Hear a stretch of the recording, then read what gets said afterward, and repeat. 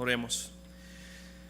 Padre amado que estás en el cielo, te damos gracia infinita, como lo hacemos semana tras semana, por la oportunidad que tú nos concedes, el privilegio de poder reunirnos en tu casa, Señor, bajo el propósito de adorarte, de glorificarte, Señor, de ser edificados por tu palabra y a la vez también disfrutar del compañerismo y la comunión entre nosotros los hermanos. Padre, te pedimos en este momento que tú dirijas este tiempo de la predicación que vamos a tener, pidiéndote primeramente, Señor, que las verdades que van a ser expuestas y que están en tu palabra sean realidad primeramente en mi vida, Señor, y que también lo pueda hacer a cada uno de nosotros. Úsanos, Señor, permítenos que podamos ser confrontados por tu palabra, Señor, y que tu Santo Espíritu nos guíe y nos redarguya conforme sea tu voluntad. Gracias, Señor, por este tiempo. Gracias por esa oportunidad que tú nos concedes. Bendícenos por medio de tu palabra. Te lo imploramos en el santo y poderoso nombre de tu Jesús. Amén. Amén. Pueden sentarse, hermanos, y le voy a pedir rápidamente si pueden acompañarme al libro de Mateo, el Evangelio según Mateo, capítulo 5.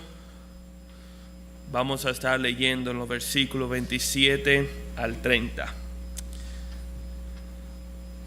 Mateo capítulo 5, versículos del 27 al 30. Dice así la palabra de Dios. Oíste que fue dicho, no cometerás adulterio. Pero yo os digo que cualquiera que mira a una mujer para codiciarla, ya adulteró con ella en su corazón. Por tanto, si tu ojo derecho te es ocasión de caer, sácalo y échalo de ti, pues mejor te es que se pierda uno de tus miembros y no que todo tu cuerpo sea echado al infierno. Y si tu mano derecha te es ocasión de caer, córtala y échala de ti, pues mejor te es que se pierda uno de tus miembros y no que todo tu cuerpo sea echado al infierno. Que Dios bendiga su santa palabra. Algunos de ustedes, creo que es de conocimiento de la congregación, que ya hace varios años que yo y mi familia vivimos en Boca Chica. Y algo que me llamó la atención poco tiempo que nos mudamos, era ver la cantidad de accidentes que sucedía en la autopista. Como ustedes sabrán, Boca Chica en su gran mayoría está dividido. Están lo que es Boca Chica del lado sur de la pista del este, y está la parte norte donde La Caleta y el sitio que dicen Andrés, etcétera, etcétera. Entonces, esa carretera que la divide ha sido escenario de muchos accidentes de tránsito semana tras semana. Y si uno se pone a analizar ¿cuál es la razón por la cual tantas personas, a pesar de que viven en esa zona y que conocen que hay una carretera la cual es peligrosa, por qué aún así suceden tantos accidentes? Y la realidad es que la población en general de Boca Chica nos hemos acostumbrado a la pista. Nos hemos acostumbrado a esa carretera al punto tal de que le hemos perdido el respeto, por así decirlo, y nos acercamos y transitamos por la avenida o por la autopista como si fuera una calle común y corriente, como si fuera una calle en cualquier urbanización o sector de aquí de la capital. Y eso ha provocado una cantidad de accidentes y ha provocado que muchas personas sean atropelladas por haberle perdido el respeto o la sensibilidad o el temor, por así decirlo, a la autopista. ¿Y por qué le menciono esto? Le menciono esto porque en la vida del creyente muy a menudo puede suceder esto con el pecado. Obviamente el pecado se vuelve parte diaria de nuestra vida al punto de que hablamos y somos conscientes del pecado, y en todo, ya sea devocional, prédica o lectura que hablamos, hace referencia del pecado. O sea que no es un término o un aspecto extraño, es algo común. Pero a veces se hace tan común que nosotros nos desensibilizamos ante el pecado y terminamos perdiéndole el respeto o tratándolo de una forma ligera. Y es en ese momento cuando tratamos al pecado de una forma permisiva, sin tenerle, por así decirlo, respeto, como decimos en nuestra cultura. Es en ese momento que suceden los accidentes espirituales. Es en ese momento que somos atropellados por el mismo y viene gran calamidad y gran tragedia sobre nuestras vidas. Y esta noche lo que buscamos, lo que vamos a ver y lo que el Señor nos enseña en este pasaje es tratar de refrescar nuestra memoria acerca de la severidad y el peligro que implica el pecado para el creyente y para cualquier persona. De tratar de desenmascarar la horrible realidad que es el pecado en la vida del cristiano. Y ya hemos leído el pasaje, el cual se encuentra en Mateo capítulo 27, así que no vamos a leerlo. Pero lo que vamos a ver en esta noche son 2 pasos para no ser atropellados por el pecado. 2 pasos o 2 medidas que tenemos que tomar para evitar ser atropellados por el pecado. Y aquella persona que lleva notas, el título del mensaje de esta noche es Subestimando al pecado. Subestimando al pecado. Antes de ver estos pasos que se nos enseña la palabra en este texto, es importante notar el contexto en el cual nosotros nos encontramos. Esta porción que acabamos de leer se encuentra en el sermón que todos conocemos como el Sermón del Monte, aquel gran sermón o discurso, posiblemente uno de los más conocidos de nuestro Señor Jesucristo, en el cual el Señor explica de manera magistral el verdadero uso o sentido de la ley. Ustedes recordarán que en aquel entonces la autoridad religiosa del pueblo judío eran los fariseos. Y los fariseos habían tomado la ley de Moisés y la habían convertido en una serie de requisitos o vamos a decirlo así, de estándares que debían de cumplir para poder encontrar justicia y favor de Dios. Algo completamente opuesto a lo que el verdadero motivo de la ley predica. De hecho, cuando Jesús vino y da este sermón, esta explicación, lo que está señalando es el verdadero uso de la ley, que va mucho más allá de lo que es la práctica externa y se dirige a lo que viene siendo la convicción y condición del corazón, destrozando de esta forma el legalismo de los fariseos que predominaba en aquel entonces. El verdadero propósito de la ley no era cumplirla, sino evidenciar a los hombres que era imposible para el hombre poder cumplir con ella y así encontrar el favor de Dios. La ley, en resumen, lo único que hacía era mostrar a cada ser humano la necesidad que tenía de un Salvador y la dependencia que tenía que tener de la gracia de Dios. Y es en este mismo sermón que el Señor Jesucristo nos da esta enseñanza sobre el pecado, en este caso hablando del adulterio, pero nuevamente tomando este pecado y llevándolo a la condición del corazón. El primer paso que tenemos que tomar en cuenta para no ser atropellados por el pecado es poder identificar el pecado en nuestra vida. Poder identificar el pecado en nuestra vida. Dice en el versículo 27: oíste que fue dicho, no cometeréis adulterio. Nuestro Señor Jesucristo está haciendo aquí referencia al 7º mandamiento, el cual se puede encontrar en Éxodo capítulo 20, si lo quieren buscar más adelante. Y tanto en este pasaje como en el pasaje paralelo que vemos en Mateo 5 de 21 a 26, Jesús utiliza 2 de los peores mandamientos o pecados en los 10 mandamientos que se pueden encontrar. Aquí está utilizando el adulterio y en el pasaje paralelo también habla acerca del homicidio, o en otra parte del Sermón del Monte. Ambos pecados eran castigados con la pena de muerte. Ustedes recordarán el episodio de la mujer que fue sorprendida en adulterio en Juan capítulo 8, la cual los líderes religiosos exigían al Señor Jesucristo: ¿qué debemos hacer con esa mujer que fue sorprendida en adulterio? Ya que la ley, por así decirlo, condenaba con pena de muerte a esta mujer.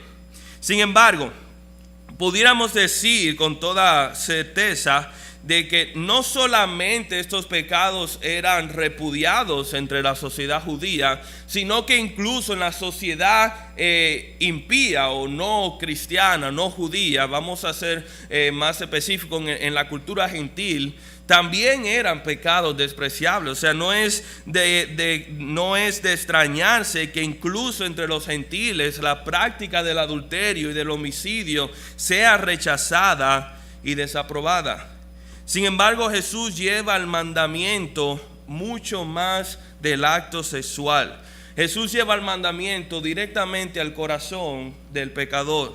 Y es algo muy sencillo, hay una razón muy sencilla para esto. Es muy poco probable, en términos de proporción, es menos probable, mejor dicho, que una persona cometa adulterio, que un hombre adultere. Sin embargo, es mucho más probable que una persona sí codicie a una mujer en su corazón.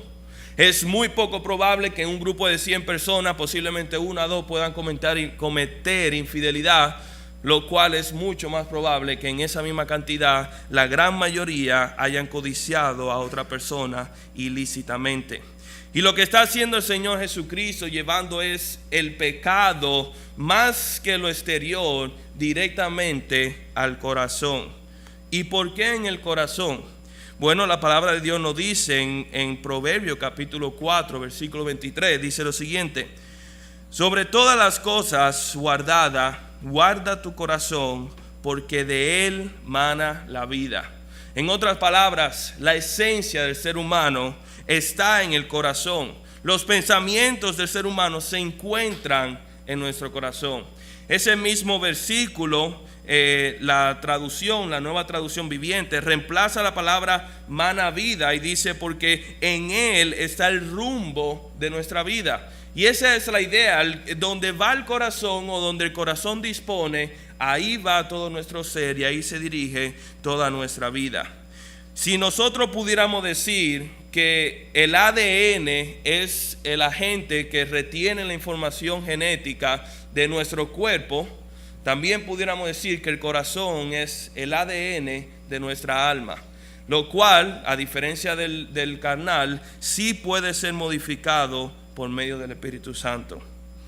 Fíjense lo que dice la palabra de Dios en Marcos capítulo 7, versículos 21 y 23. Dice lo siguiente: porque de dentro del corazón de los hombres salen los malos pensamientos, los adulterios, las fornicaciones, los homicidios, los hurtos, las avaricias, las maldades, el engaño, la lascivia, la envidia, la maledicencia, la soberbia, la insensatez. Todos estos males de dentro salen y contaminan al hombre. O sea que no solamente vemos que en el corazón del hombre emana la vida, pero también vemos que el mismo pecado es concebido en el corazón del hombre. Ese pecado que se manifiesta en lo exterior nace en lo interior, en lo más profundo de nuestro corazón. Y es por esa razón que el Señor Jesucristo hace énfasis en eso, dándonos a entender que tenemos que tratar el pecado no solamente en lo exterior, sino también en lo interior. No sirve de nada tratar los síntomas si no atacamos la infección que está causando los síntomas. Y si pudiéramos entonces abundar un poco en esta verdad, pudiéramos decir que el problema en realidad no es el homicidio, sino que es un corazón lleno de ira. O que el problema no es la infidelidad entre una pareja, sino un corazón lujurioso. El problema no es el amor a sí mismo o el narcisismo, sino que es un corazón idólatra. El problema no es robar, sino que tenemos un corazón egoísta y que procura nuestros intereses por encima del bienestar de la otra persona. Y lo que el Señor Jesucristo nos está enseñando aquí en este pasaje es: tanto el hombre que comete adulterio como aquel que nunca le ha puesto una mano a una persona o a una mujer, ambos son igualmente pecadores delante de la presencia de Dios. Tanto aquel como que dispara una pistola y asesina, como aquel que hubiera deseado que le pase algo malo a otra persona, delante del Señor son igualmente pecadoras. Tanto el que fornica como el que tiene pasiones o fantasías sexuales, tanto el que asesina como el que odia, tanto el que hace como el que desea hacerlo, cometen pecado. Y ese pecado trae una consecuencia, que es la separación de Dios, la muerte, como nosotros vemos en las Escrituras. Una vez que hemos identificado nuestro pecado, entonces el siguiente paso es corregirlo.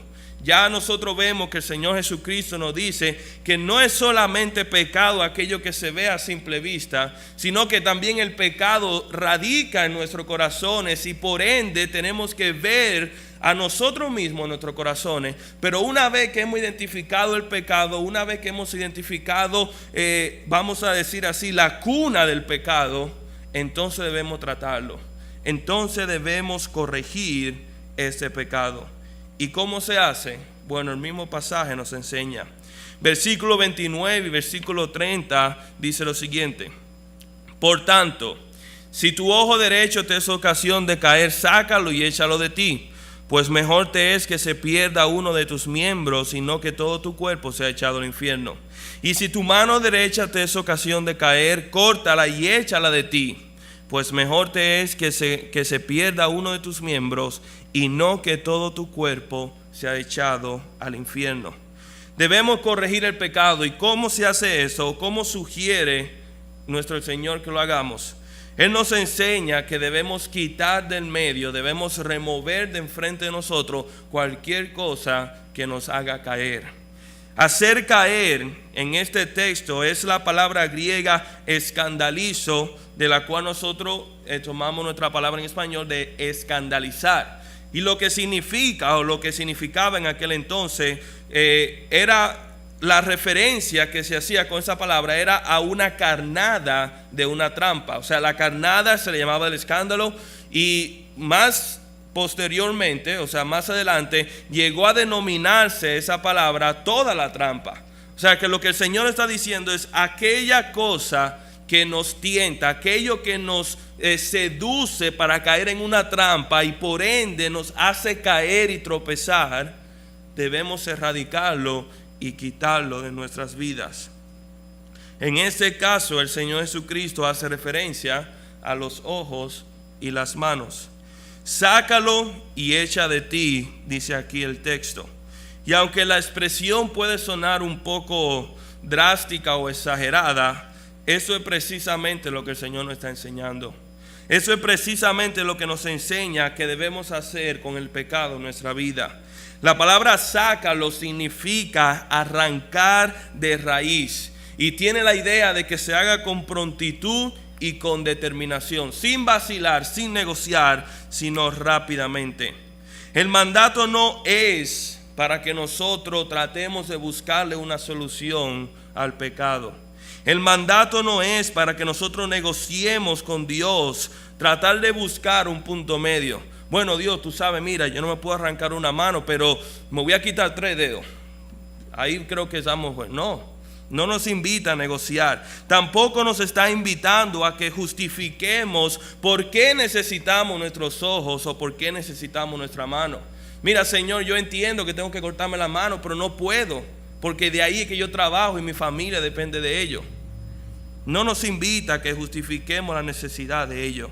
El mandato simplemente es claro: arranquémoslos de raíz. Cuando nosotros vemos en medicina que un paciente tiene gangrena, ustedes saben que la gangrena es una enfermedad donde básicamente la piel y los órganos y el cuerpo comienza a morir. Y si el paciente tiene gangrena en un dedo, se corta la mano. Y si tiene la mano, le corta el antebrazo. Y si tiene un brazo, entonces le cortan hasta el hombro. Y así sucesivamente, para evitar de que esa enfermedad se propague y cause un mayor daño. Y eso es lo que nos está diciendo el Señor Jesucristo. Nuestra santidad es demasiado valiosa para perderla por un pie o por un ojo. Nuestra santidad es demasiado importante como para sacrificarla para tratar de salvar una parte de nuestro cuerpo. Y es aquí donde nosotros vemos el corazón del mensaje que está mandando nuestro Señor Jesucristo. Es aquí donde vemos el corazón del pasaje. La severidad del pecado. El hecho de que Jesús nos manda a tomar una medida tan drástica ante el pecado solamente nos enseña lo severo y peligroso que es el pecado. Es tan peligroso que era necesario que Dios se hiciera hombre y muriera en la cruz del Calvario para poder revocar la maldición del pecado. Y esa es la seriedad que nosotros como creyentes debemos tener. El pecado tiene muchas consecuencias en la vida del cristiano y quiero enumerar unas cuantas de las muchas que existen. Número 1, el pecado trae separación de Dios. Dice Isaías capítulo 59 versículo 1 al 2, dice lo siguiente: He aquí que no se ha cortado la mano de Jehová para salvar, ni se ha agravado su oído para oír. Pero vuestras iniquidades han hecho división entre vosotros y vuestro Dios, y vuestros pecados han hecho ocultar de vosotros su rostro para no oír.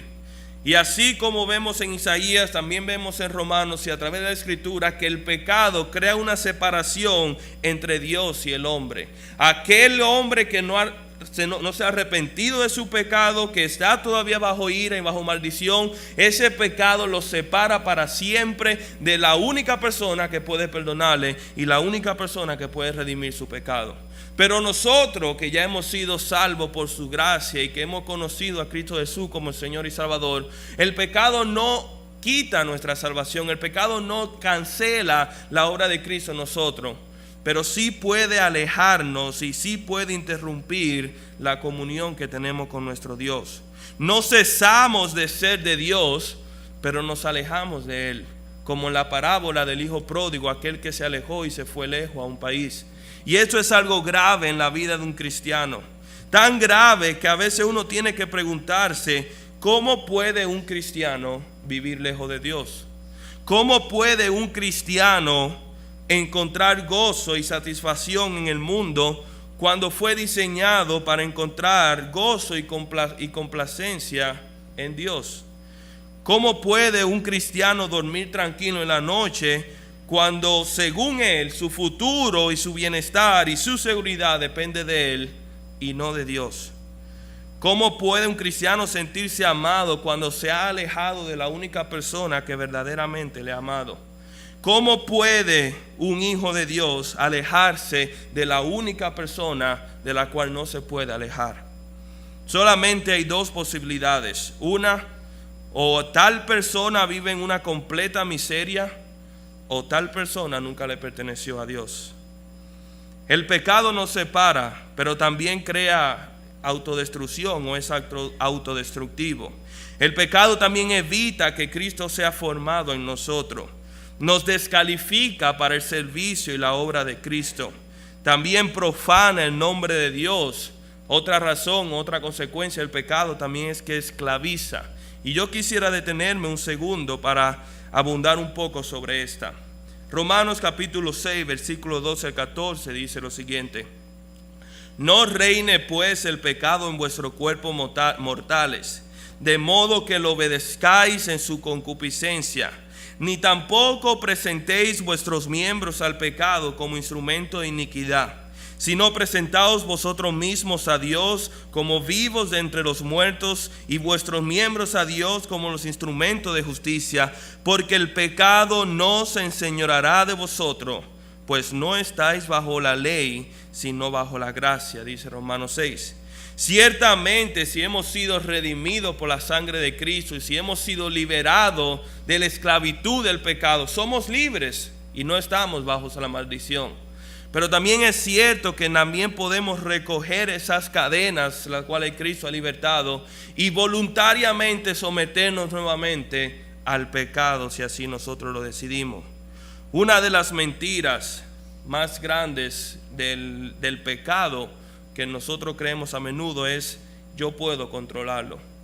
Yo puedo controlarlo. A veces nos decimos: mira, solamente esta vez.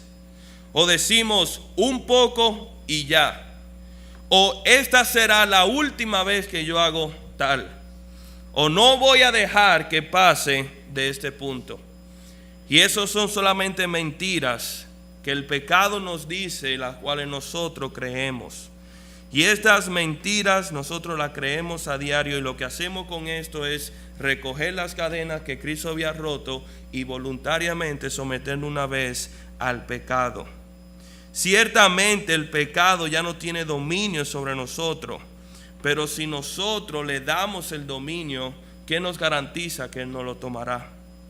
Por esta y otras razones, es que la palabra nos surge a nosotros, que seamos radicales y extremistas con el pecado, cuando dice simplemente: córtalo de nosotros, sacrifícalo y échalo de delante de nosotros. Hermanos, la pregunta que cada uno de nosotros tenemos que hacernos es: ¿qué tan importante es la santidad para mí?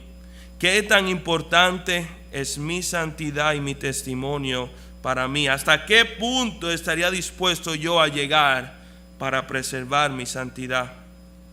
¿Estaría dispuesto a sacrificar mi comodidad, mi reputación, mis sueños, mi trabajo, mi carrera o mis estudios, incluso mis amistades y mi familia, con tal de preservar mi santidad y mi testimonio delante del Señor? Cuando lo ponemos en una balanza, ¿qué es más importante? ¿Estas cosas que mencionamos o ser encontrados como siervos fieles delante de nuestro Dios? Hermanos, verdaderamente es difícil erradicar el pecado en nuestra vida, pero igualmente sería más difícil para nosotros, como dice el pasaje, venir delante de la presencia del Señor con un pie o con una mano corrompida por el pecado. Sin embargo, no podemos descuidar el cambio más importante que debe suceder, y ese es nuestro corazón. Al principio del mensaje nosotros habíamos dicho, y lo dice la palabra, que el problema del pecado no es solamente lo externo, sino también es lo interno, nuestro corazón. Y es necesario, cuando vemos este pasaje, es necesario que hagamos el llamado a cambiar nuestro corazón, porque de ahí es donde nace y radica el pecado. Obviamente dice la palabra que tenemos que quitarnos o arrancar cualquier parte de nuestro cuerpo que nos haga caer, pero eso no significa que es la voluntad de Dios que entremos a su presencia un tronco solamente, el pecho y el tórax y más nada, porque todo lo demás lo arrancamos en el proceso. No, sino que el Señor espera de nosotros que haya un cambio en nuestro corazón. Yo recuerdo un joven en una ocasión, el cual tenía un celular inteligente. Ya en ese tiempo estaban comenzando a salir los celulares con pantalla, internet, y ese celular le había sido ocasión de caer, donde ya no tenía, por ejemplo, que ir lejos a una habitación, a una computadora, o no tenía que acudir a otra persona, sino que en la palma de su mano tenía acceso a internet, lo cual conllevaba también acceso a pornografía. Y ese joven fue confrontado por el Señor al punto que él entendió que él tenía que deshacerse de ese celular porque le estaba haciendo de ocasión de caer, le estaba haciendo de tropiezo. Y lo hizo, y gloria a Dios por eso. Pero no pasó mucho tiempo después que vendió ese celular, que se encontró nueva vez luchando con ese pecado, ya sea en una revista, o luchando con el pecado ya sea en su computadora, o luchando con ese pecado nuevamente en la calle cuando salía y veía a otras personas. Y ese joven llegó a una conclusión: o literalmente se saca los ojos para quedarse completamente ciego, o genera un cambio en su corazón. Y eso es lo que la Biblia, y eso es lo que el Señor Jesucristo nos está diciendo a nosotros, que ciertamente tenemos que erradicar el pecado y aquellos miembros que nos son de tropiezo, aquellas áreas en nuestra vida que nos tentan y que nos hacen caer. Pero no podemos ignorar el hecho de que también tenemos que venir arrepentidos delante del Señor y suplicándole que, como hacía David, que haga en nosotros un corazón nuevo, que limpie nuestra iniquidad, que renueve nuestro ser y nuestro corazón y cree un corazón conforme a su carácter y conforme a su voluntad.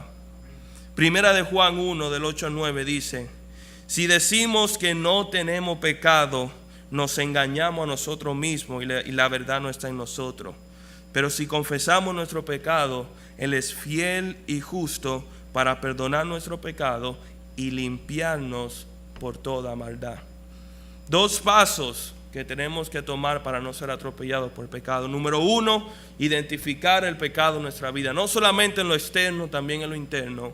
Y número dos, tratar el pecado, arrancarlo de raíz, pero también traer nuestro corazón rendido y humillado delante del Señor para que Él lo restaure. Hermanos, recordemos que existe un gran peligro para nosotros, que cada día somos enfrentados y somos bombardeados con diferentes tentaciones. Oremos para que seamos precavidos, para que no subestimemos el daño y el peligro que puede tener el pecado en la vida de un creyente. Amén. Amén. Vamos a orar. Padre, te damos primeramente gracias por tu misericordia, Señor, por tu gracia que tú has derramado en nosotros a pesar de no merecerlo. Pero también venimos humillados, Señor, reconociendo que somos verdaderamente pecadores y que constantemente, Señor, nos estamos inclinando al pos del pecado. Padre, solamente tú puedes cambiar este corazón sucio y corrompido. Solamente tú puedes crear en nosotros un nuevo espíritu, un nuevo deseo, Señor, de anhelarte, de buscarte y de agradarte. Ayúdanos, Señor, a que podamos procurar tal corazón limpio y consagrado a ti, Señor. Que tu Santo Espíritu pueda cumplir aquella obra para la cual fuimos salvados. Y que también tú nos des el coraje y la valentía de cortar, Señor, aquellos miembros de nuestro cuerpo que nos sean ocasión de caer, con tal de poder preservar nuestra santidad y mantenernos íntegros delante de ti. Padre, ayúdanos porque somos débiles y necesitamos de tu Santo Espíritu para que nos capacite. Gracias por tu palabra esta noche, Señor. Gracias por tu iglesia que tú has permitido que se congregue en este lugar, en este momento. Bendícenos, Señor, y síguenos bendiciendo durante toda la semana para que no solamente podamos poner esto en práctica, sino también que podamos ser testigos fieles, Señor, de tu gracia y tu amor a toda persona con la cual nosotros interactuemos. Padre, bendícenos y guíanos en ese inicio de semana y permítenos hacerlo todo para la gloria y la honra tuya, Señor. Gracias te damos infinitamente en el nombre de Jesús. Amén. Que el Señor le bendiga, hermanos.